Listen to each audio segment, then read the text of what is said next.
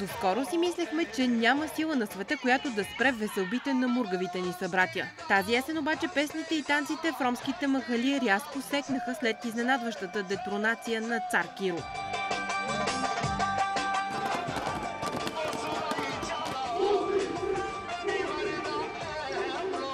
Който всъщност се оказа, че не бил никакъв ромски владетел.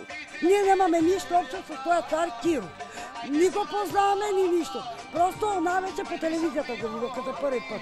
Това цар Киро. Царска или не, фамилията Рашкови стовари народния гняв върху ромите, които за пръв път от Хитлер насам почувстваха истинска заплаха. Беха го знали тук трепани. Клане!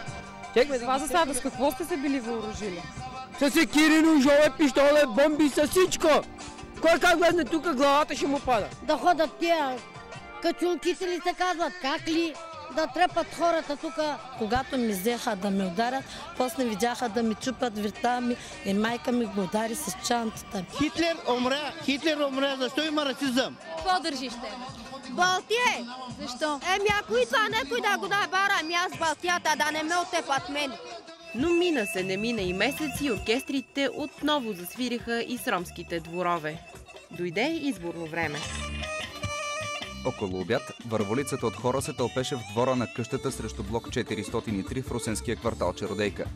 По-рано екипът ни получи информация, че се върти търговия с гласове. 7 часа станах да гласувам. Да гласувам!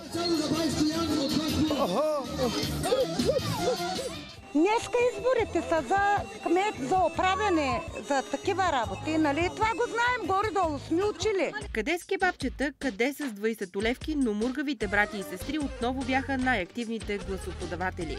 Ромските конвои се тълпяха пред избирателните секции, макар преди това да тръпяха за разочарованието си от управниците. 17 деца съм, манка съм с моите деца и имам малко бебе. Що спим тук на палатките, ма? Що ни дам едно да направим къщи, ма?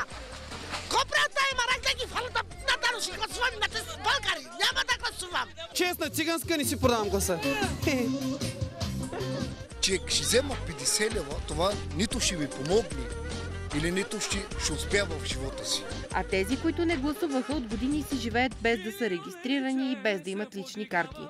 Други пък си продават самоличността и после в регистрите фигурират като милионери. Това, къде казват милионер, не е верно това. Това е лъжа. Не може да вземем помощ, аз откъде да вземем натурален, като нямаме никой. Най-важното е, че въпреки всичко ромите знаят, че играят решаваща роля в нашето общество. Ако не сме ние да изчистиме цяла България с ромите, нали, да чистят тамърсото, кой ще изчисти? Милионерче, не се подигравай ти. Давай, бръкни по-дълбоко, имаш пари.